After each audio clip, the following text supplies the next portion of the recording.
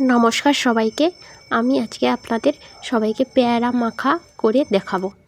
তাহলে প্রথমে আমি নিয়ে নিয়েছি একটা সুন্দর দেখতে পেয়ারা, দেখুন টাটকা প্রচুর। এরপর পেয়ারাটাকে আমি ধুয়ে নিলাম। এরপরে আমি এটাকে ভালো করে কেটে নেব। ভালো করে ছোট ছোট করে কাটবো যাতে আমার খেতে সুবিধা হয় আর কি। তারপরে দেখুন এইরকমভাবে ছোট ছোট করে আমি কেটে নিয়েছি। কাটা হয়ে গেলে একটা বলে করে আমি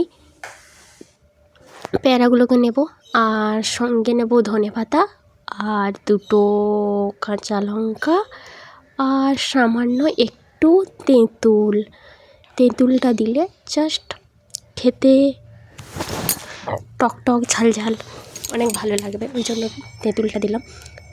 তারপরে মাখানো হয়ে গেলে আমি উপর থেকে একটু নুন সরিয়ে নিলাম। জাস্ট দেখো বন্ধুটা, আমার তো জিভে জল এসে যাচ্ছে। এরপরে এরকম করে মাখিয়ে তারপরে জাস্ট খেতে দারুণ জমে যাবে।